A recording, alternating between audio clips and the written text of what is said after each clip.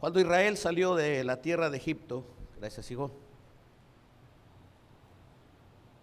Israel salió, hermanos, con muchas ilusiones.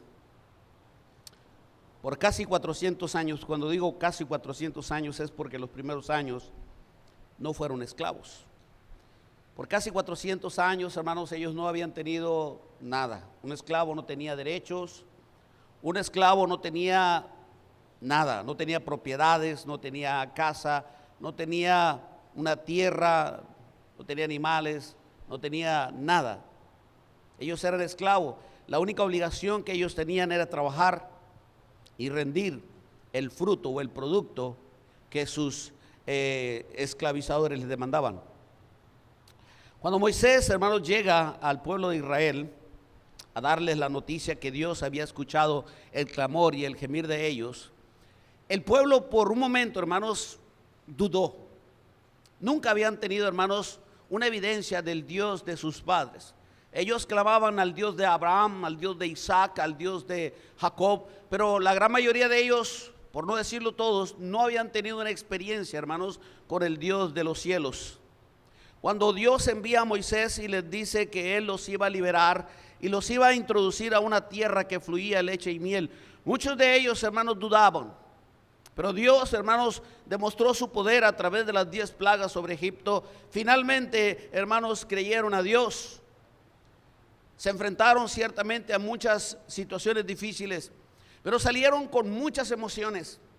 Salieron con muchas expectativas. Nunca habían tenido nada. Yo me imagino, me pongo en el lugar de algún israelita por este momento. Imagínense una tierra propia, una casa, sus propios animales, una esposa, unos hijos que no fueran esclavos, la libertad. Hermanos, era algo, hermanos, que ellos no conocían. Estaban ante la expectativa de algo nuevo. No tenían conocimiento de lo que Dios les estaba prometiendo. Y Dios sabía lo que implicaba, hermanos, el darles algo que ellos nunca habían tenido. Dios sabía lo que implicaba, hermanos, el darles la abundancia que nunca habían conocido. Dios sabía, y Dios, hermanos, se encargó claramente de advertirles que no se olvidaran de Él. Vaya conmigo al libro de Deuteronomios capítulo 8. Emocionados, grandes expectativas, grandes sueños. Cuando yo tenga mi casa, cuando yo tenga mi tierra, cuando ya no tenga que servir en la esclavitud, cuando ya no tenga que servirle a Egipto. Yo me imagino, hermanos, que era algo que les consumía por dentro, la expectativa de ver aquello que Dios les había prometido.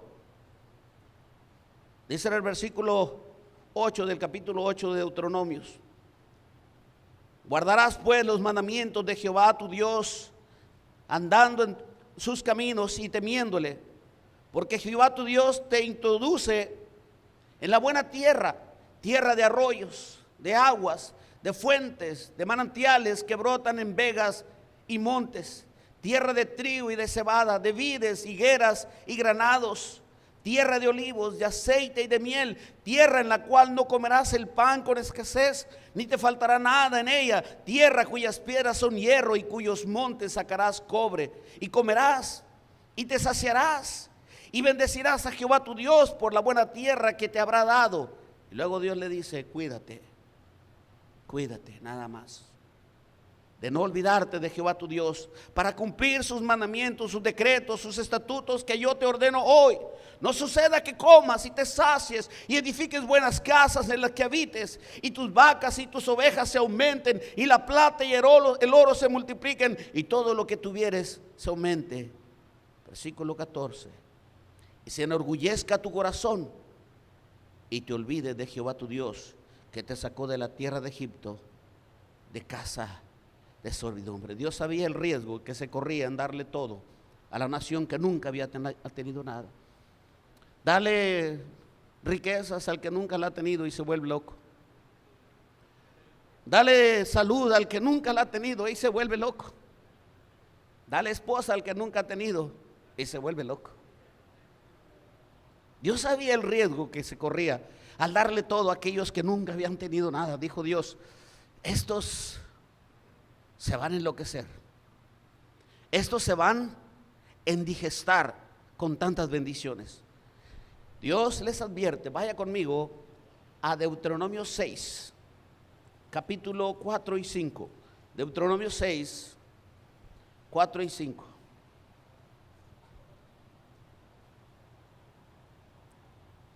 Oye Israel, Jehová nuestro Dios, Jehová uno es.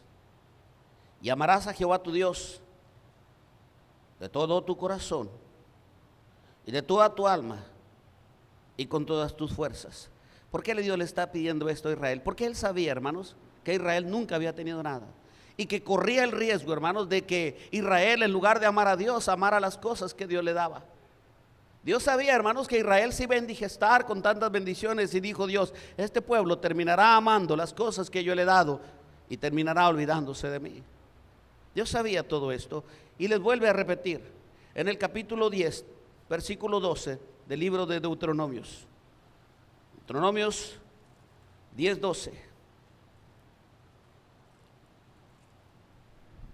Ahora pues, Israel, ¿qué pide Jehová tu Dios de ti? Sino que temas a Jehová tu Dios, que andes en todos sus caminos y que lo ames y sirvas a Jehová tu Dios con todo tu corazón y con toda tu alma.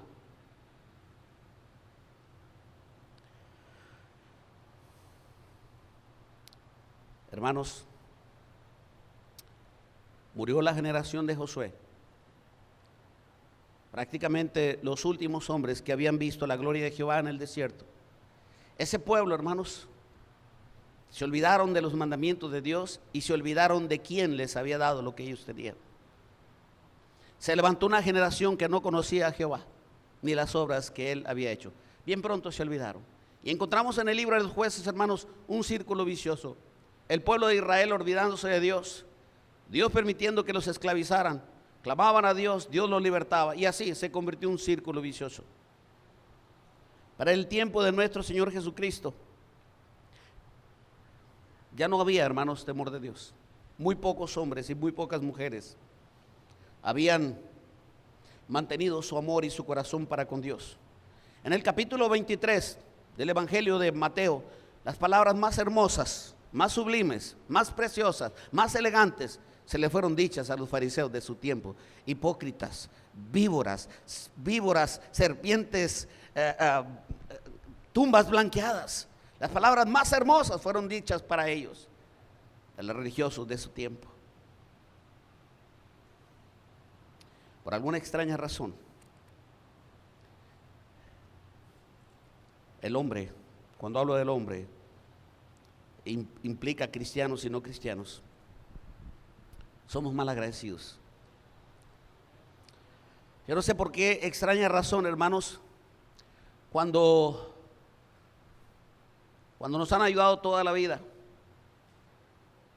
con un no que nos han dicho, se nos ha olvidado y se nos olvida todo lo bueno que nos han dado. Yo no sé por qué pasa eso. Yo no sé por qué pasa, hermanos, que somos mal agradecidos. Yo no sé por qué pasa, hermanos, que nos olvidamos prontamente de aquellos que nos han sido de bendición. La Biblia dice que el que paga mal por bien, el mal nunca se apartará de su casa. Y esas cosas, hermanos, las escuchamos y nos llaman la atención y muchas veces tenemos temor de ello. Pero por alguna extraña razón, hermanos, todavía estamos en un cuerpo viciado conforme a los deseos engañosos. Y por alguna razón, hermanos, el placer, las cosas de este mundo, el diablo, las atracciones, la internet, el Facebook, todas esas cosas, hermanos, nos hacen que se nos olvide, hermanos, todo lo que Dios nos ha dado, todas las bendiciones que hemos recibido. Y yo no sé, hermanos, de alguna manera también nos pasa también lo mismo que a Israel. Nunca hemos tenido nada. Lo más valioso que tenemos es la salvación de nuestras almas. Y hermanos, pronto se nos olvida también eso. Dios nos introduce en la iglesia, Dios nos da responsabilidades, nos da privilegios, hermanos, nos quita los problemas que traíamos, problemas sociales, problemas emocionales, problemas familiares, de salud, y el problema más grande que teníamos, la incertidumbre, a dónde iría nuestra alma cuando fuéramos a morir. Todo eso, hermanos, desaparece cuando llegamos a los pies de Cristo y empezamos a disfrutar también, hermanos, de las bendiciones celestiales. Pero también, hermanos, empezamos a amar a las cosas y dejar de quitar la mirada en aquel que nos da las cosas. Empezamos a amar, hermanos, las cosas de este mundo, las cosas que Dios nos ha dado. Nunca teníamos nada. Muchos de nosotros venimos, hermanos, de culturas pobres, situaciones difíciles, familiares. Llegamos a este hermoso país, somos salvos. Dios nos abre puertas, nos quita el miedo, nos quita, hermanos, las cosas, los traumas, las situaciones que nos atormentaban en el alma. Y empezamos a amar las cosas. Y dejamos de mirar al Dios que nos da las cosas.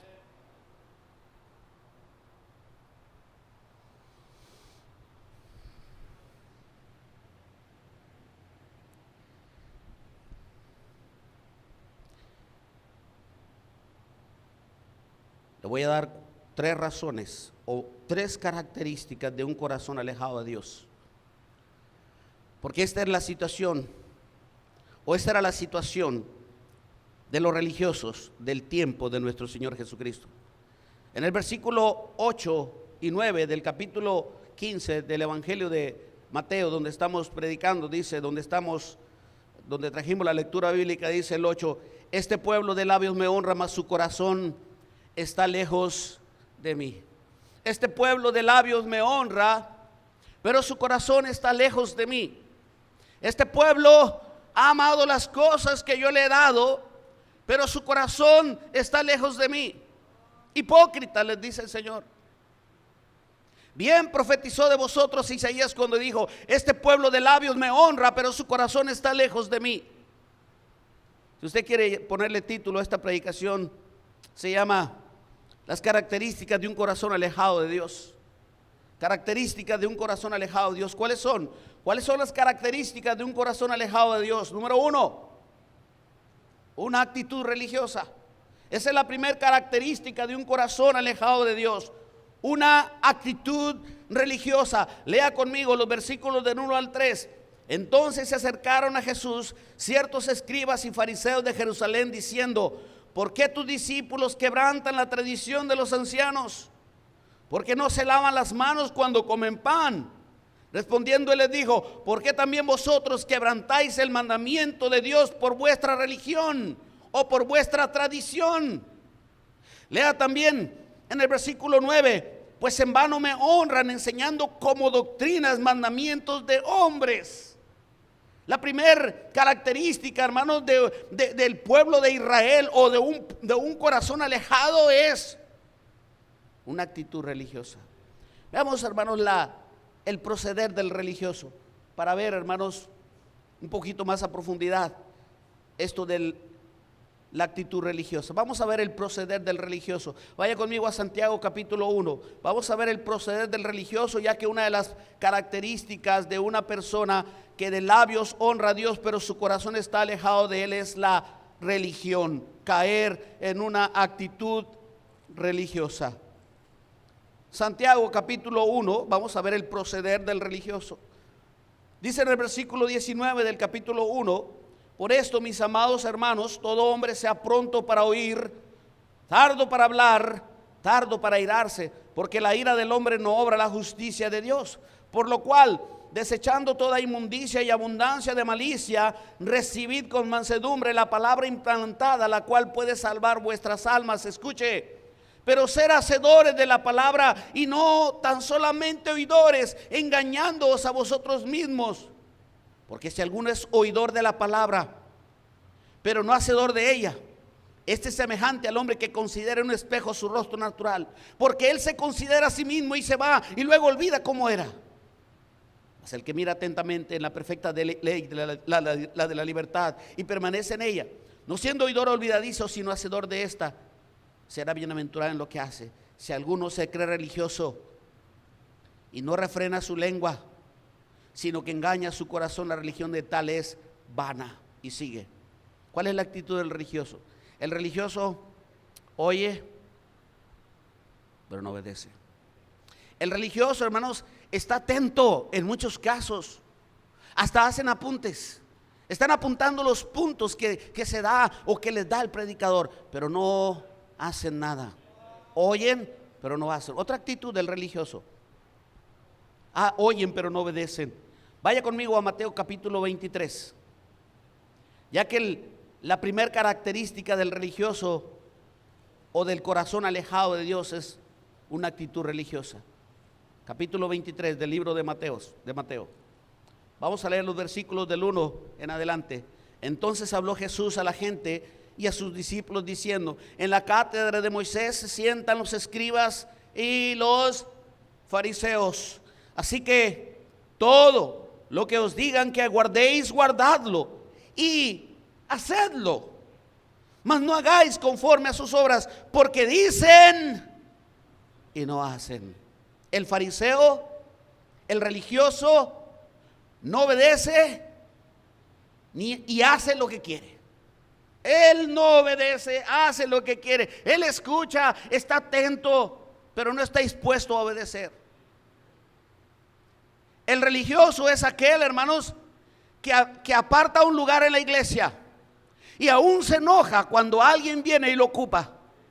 El religioso es todo aquel, hermanos, que se le predica y no hay cambios en su vida. No está dispuesto a sacrificar, no quiere hacer nada, no quiere invertir en lo eterno, no quiere desenvolver, hermanos, las habilidades y los dones que Dios le ha dado. Él está sentado como parásito.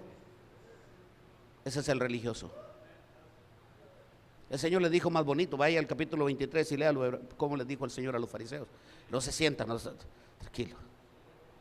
Yo no le estoy diciendo hipócritas, ni fariseos, ni generación de víboras, ni tumbas blanqueadas. Yo no les dije eso, tranquilos.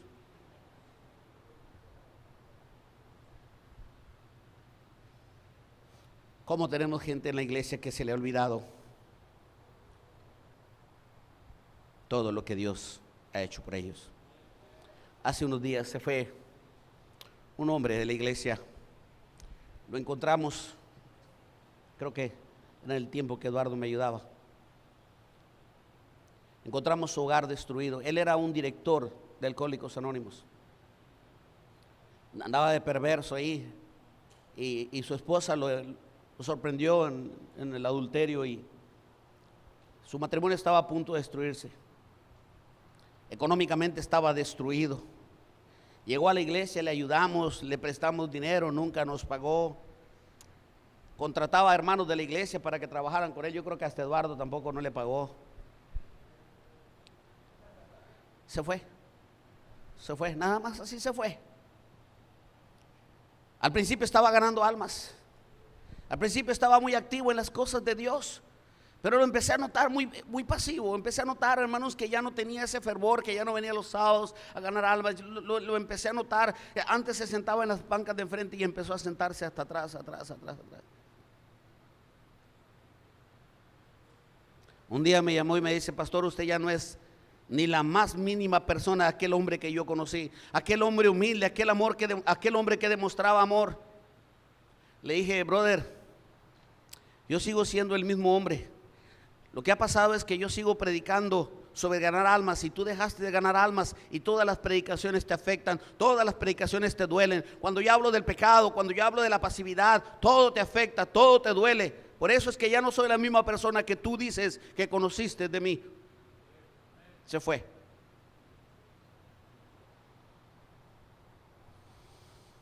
El religioso, hermanos, se olvida de todo lo que ha recibido. Viene por inercia. Servicio de mitad de semana, ahí está. Pero sale así como entró. Servicio del domingo, aquí está muy probablemente en la mañana y está también muy probablemente en la tarde, pero sale así como entró. Oye, pero no obedece. Está dispuesto a hacer muchas cosas, pero no lo esencial que es, hermanos, ganar las almas y cooperar, hermanos, para la obra, para que la obra del Señor se haga más allá de nuestros contornos. ¿Cuáles son las características de un corazón alejado a Dios? Una actitud religiosa. Número 2. ¿Cuáles son las características de un corazón alejado de Dios? Se pierde la esencia del cristianismo. ¿Escuchó?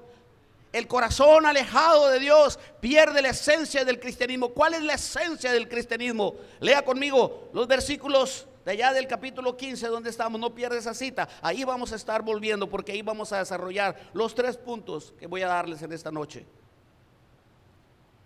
Versículo 4 del capítulo 15. Porque Dios mandó diciendo: honra a tu padre y a tu madre, y el que maldiga al padre o a la madre muera irremisiblemente. Pero vosotros decís: cualquiera que diga a su padre o a su madre, es mi ofrenda a Dios todo aquello con que pudiera ayudarte, ya no ha de honrar a su padre o a su madre. Así habéis invalidado el mandamiento de Dios por vuestra tradición. Era tanta la avaricia, hermanos, de los fariseos, de los saduceos, de los escribas, que habían enseñado al pueblo, hermanos, que no importaba que no ayudaran a sus padres con tal de que llevaran, hermanos, todo lo que la ley les demandaba. Y ellos se acostumbraron tanto, hermanos, a escuchar esto, que cuando sus padres necesitaban de algo, ellos decían: papi, mami, la verdad no puedo ayudarte. Todo lo que pudiera yo ayudarte lo tengo que llevar al templo. Y eso indignó al Señor y les dice: hipócritas, hipócritas, es un mandamiento honrar a tu padre y a tu madre, es un mandamiento ayudar a tu prójimo. Si ellos no eran capaces de ayudar, estoy hablando de los religiosos, aquellos que de labios honraban a Dios, pero su corazón estaba alejado de Dios, si no eran capaces de sentir compasión por sus propios familiares, si no eran capaces de sentir compasión por su padre o por su madre, por aquella que los había traído por 9 meses en el vientre, que había sufrido los dolores del parto, por aquel que se había roto la espalda y el lomo por darles de comer, si no eran capaces de sentir compasión por ellos, mucho menos serían capaces de sentir compasión por los perdidos.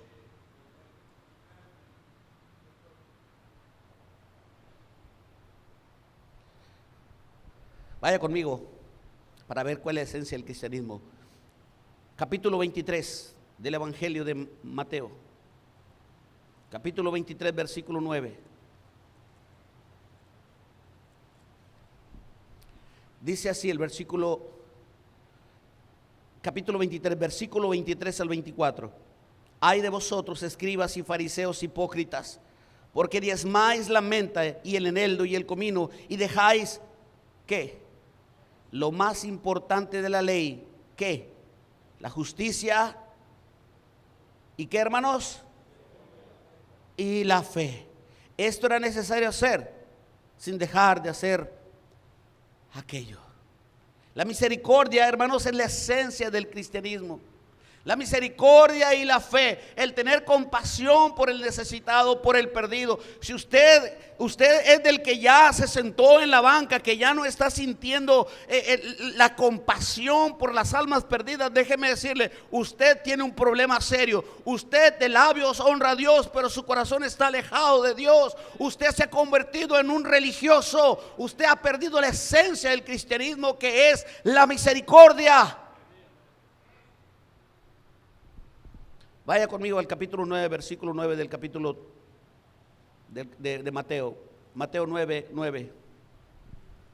Pasando Jesús de ahí, vio un hombre llamado Mateo que estaba sentado al banco de los tributos públicos y le dijo: sígueme. Y se levantó y le siguió. Y aconteció que estando él sentado a la mesa en la casa, he aquí que muchos publicanos y pecadores que habían venido se sentaron juntamente a la mesa con Jesús y sus discípulos. Cuando vieron esto, los fariseos dijeron a los discípulos: ¿por qué come vuestro maestro con los publicanos y pecadores? Al oír esto, Jesús les dijo: los sanos no tienen necesidad de médico, sino los enfermos. Id pues y aprended qué significa misericordia quiero y no sacrificio, porque no he venido a llamar a justos, sino pecadores al arrepentimiento. Déjate lo aplico en este contexto. Hermano, tú ya eres salvo, gloria a Dios. Ya te dio todo lo que tenía que darte el Señor. Si trabajas, te va a bendecir. Ayer hablamos, hermanos, que muchos cristianos no entienden por qué el Señor Jesucristo les ha mostrado su gloria. Hermano, es allá afuera donde debes demostrar tu cristianismo. Gloria a Dios, vamos a venir bien trajeados si se puede. Gloria a Dios, no vamos a dejar de hacer las actividades que hacemos. porque es parte de nuestra adoración a Dios. Pero el verdadero cristianismo no se vive aquí. El verdadero cristianismo se vive afuera.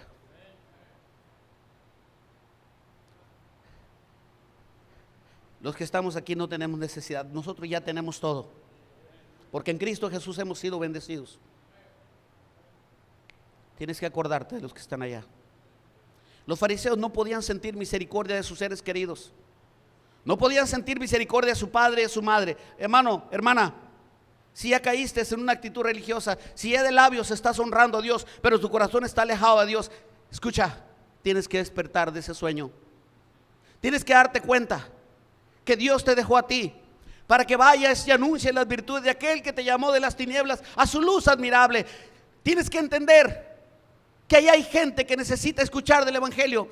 Tienes que entender que tú y yo somos embajadores en el nombre de Cristo, como si Dios rogase a través de nosotros. Os rogamos en el nombre de Dios, reconciliados con Dios.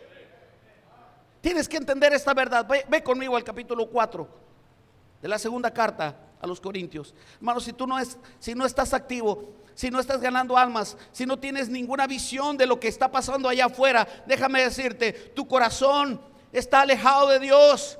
Tu corazón está alejado de Dios. Tú de labios estás honrando a Dios. Gloria a Dios. Dije, no vamos a dejar de hacer lo que hacemos dentro de la iglesia, pero no es lo importante. Lo importante son las almas perdidas que están allá afuera. Eso es lo importante, eso es lo que vale ahora, porque de tal manera amó Dios al mundo. Eso es lo que vale, eso es lo que importa.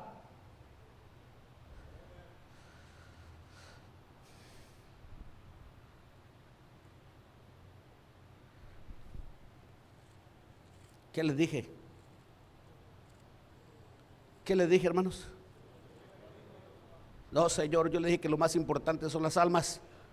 ¿No se acuerdan?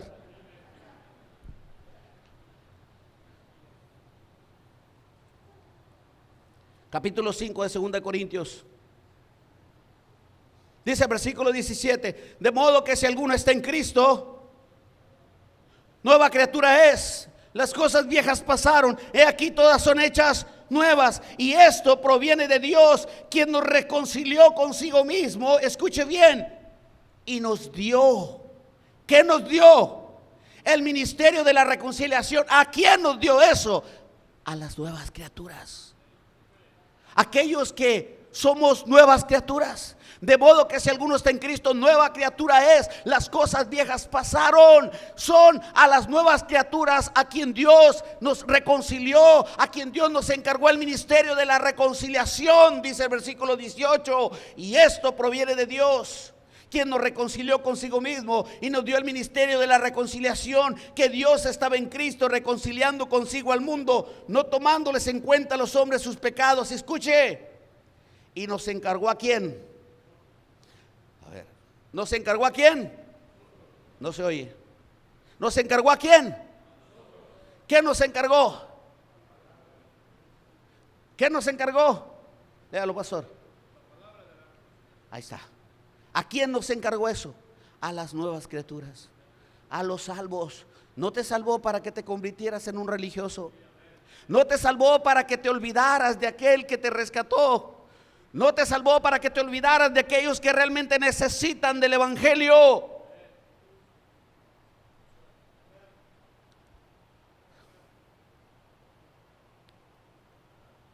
Dejas de ganar alma, te vas a convertir en chismoso y en chismosa.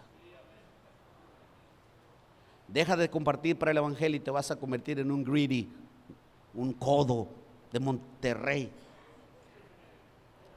¿Ustedes sabían que en Monterrey la vez pasada que se inundó, en lugar de ver personas ahogadas, había pura sopa de coditos ahí?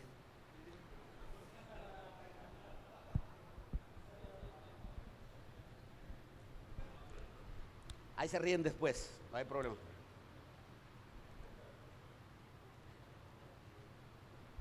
Se me olvidó tomarme la pastilla de la lascivia.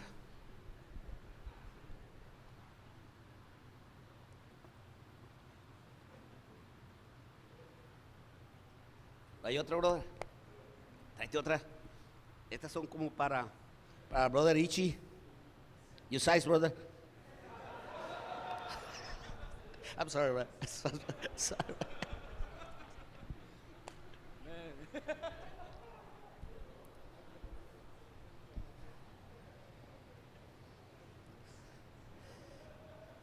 Thank you, brother. I feel sorry, brother. Here you go.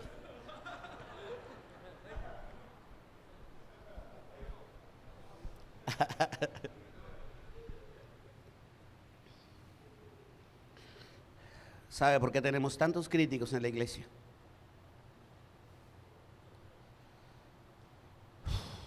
Yo pude hacerlo mejor.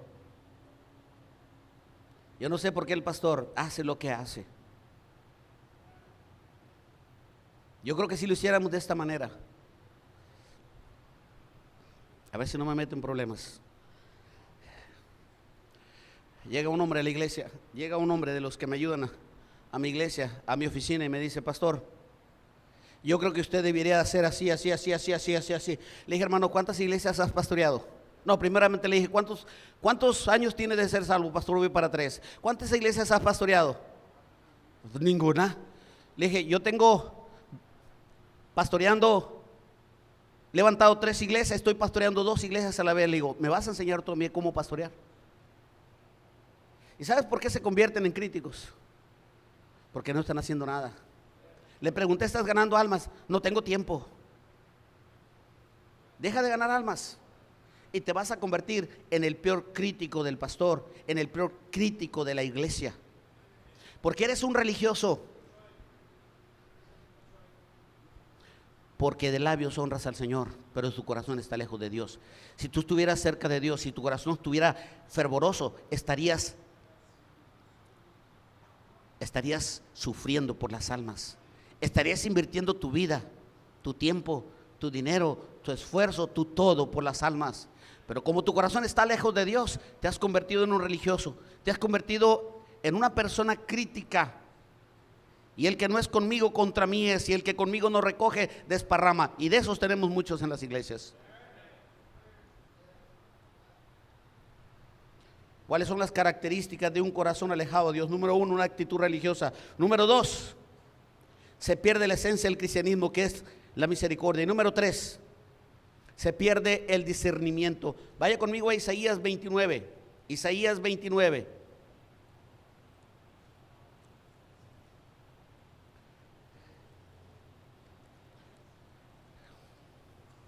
Si soy muy duro, ahí le reclamo al pastor Joaquín Hurtado. Él me enseñó.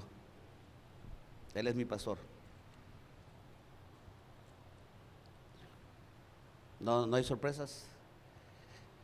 De la iglesia bautista hispana, de la Firestone, puede salir algo bueno. Yes, that's me. Perdone la presunción. 29:9. Deteneos y maravillaos, ofuscaos y cegaos, embriagaos y no de vino, temblad y no de sidra, porque Jehová derramó sobre vosotros espíritu de sueño y cerró los ojos de vuestros profetas y puso velos sobre las cabezas de vuestros videntes. Y os será toda visión como palabra de libro sellado. Escuche bien, Dios le está hablando, hermanos, a la nación de Israel, que iba a llegar un tiempo, hermanos, en que iban a leer la palabra de Dios y no la iban a entender. Iba a llegar un tiempo en el cual ellos querrían entender, querrían ver lo espiritual y no iban a poder. Eso es lo que está diciendo aquí. Dice en el versículo 11, y os será toda visión como palabra del libro sellado, el cual si dieren al que sabe leer y le dijeren: lea ahora esto, él dirá: no puedo, porque está sellado. Y si dieres el libro al que no sabe leer diciendo: lea ahora esto, él dirá: no sé leer. Lo que está diciendo, que la visión, que el entendimiento sobre lo espiritual y sobre las cosas de Dios iba a desaparecer. ¿Quieres ver la razón? Versículo 13, dice pues el Señor. Aquí está la razón por la que ya no entendían y por lo cual yo no iba a ver visión. Porque este pueblo se acerca a mí con su boca, con sus labios me honran, pero su corazón está lejos de mí. Y su temor de mí no es más que un mandamiento de hombres que les ha sido enseñado. La tercera característica de un corazón alejado: se pierde el discernimiento espiritual. Se llega a cauterizar tanto la conciencia, hermanos, que ya no entiendes que el infierno sigue abierto 24/7. Acaban de poner, hermanos, ahí en Las Vegas, en el Freeway 15, lo que atraviesa la ciudad, el carpool que le llaman. Y como es nuevo, tienen un anuncio que dice 24/7, o sea, las 24 horas, los 7 días de la semana está el carpool, porque hay áreas donde nada más se pone por ciertas horas. Ahí es 24/7. El infierno está abierto 24/7. El religioso ya perdió eso, no entiende ya eso. No entiende que la condición espiritual del mundo a quien critica es una condición, hermanos, en la cual ellos no pueden hacer nada si tú no vas y les predicas el evangelio. Se les olvida que el diablo tiene cegado el entendimiento de los incrédulos. Se les olvida. Se les olvida que la obra misionera se hace con dinero. No tienen la capacidad para discernir, hermanos, que todas las cosas se necesita invertir dinero. Se les olvida, ya no hay visión, se les cierra el entendimiento. No tienen la capacidad de discernir, hermanos, por qué propósito está la iglesia, por qué propósito ellos fueron dejados. Pierden el discernimiento espiritual.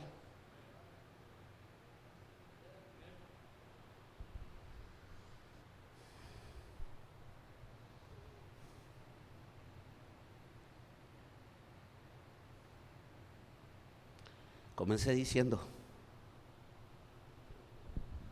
que Israel salió de Egipto con muchas expectativas, con muchas ilusiones. Recibieron las bendiciones, se engolosinaron con las bendiciones y se olvidaron del Dios que les daba las bendiciones. Muchos de nosotros hemos llegado a los pies del Señor de situaciones muy difíciles. Y si la tuya no era social, ni emocional, ni espiritual, ni de salud, déjame decirte que la más difícil era que tenías que irte al infierno. Y Dios quitó esa presión, Dios quitó esa incertidumbre de tu corazón y de tu mente. Nosotros tenemos la seguridad de que pase lo que pase, vamos al infierno, perdón, al cielo. Todo eso, hermano, nos ha llegado a ser insensibles. Hay veces en las calles a los testigos sin Jehová tocando puertas porque ellos creen que a través de ello van a ganar su salvación. Hay veces a los mormones en las calles que son la competencia de nosotros y los ves haciendo el trabajo. ¿Sabes por qué? Porque ellos están haciendo, hermanos, obras para ganarse su salvación. Nosotros, hermanos, se nos quitó esa carga, esa incertidumbre, ese miedo, esa cosa que nuestro corazón, hermanos, sentía y que no nos dejaba vivir. Ahora pues ninguna condenación hay para los que están en Cristo Jesús, y nos gozamos en eso. Estas cosas os he escrito a vosotros que creéis, para que sepáis, o para que creáis en el nombre del Hijo de Dios, y para que sepáis que tenéis vida eterna, y gloria a Dios por ello. Pero eso nos ha hecho insensibles, nos ha hecho religiosos.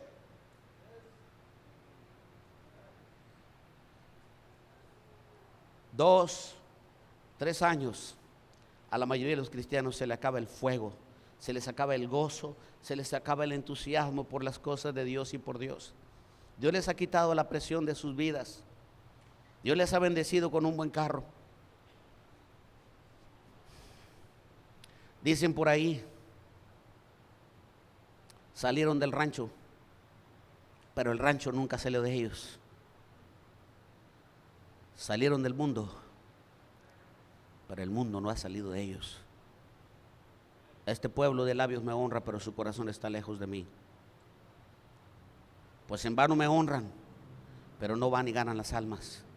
Porque cantan en el coro, porque hacen actividades, pero no sienten la compasión por las almas perdidas. Este pueblo de labios me honra, pero su corazón está lejos de mí. Por lo que yo más amo son las almas perdidas, dice el Señor, porque de tal manera amó a Dios al mundo.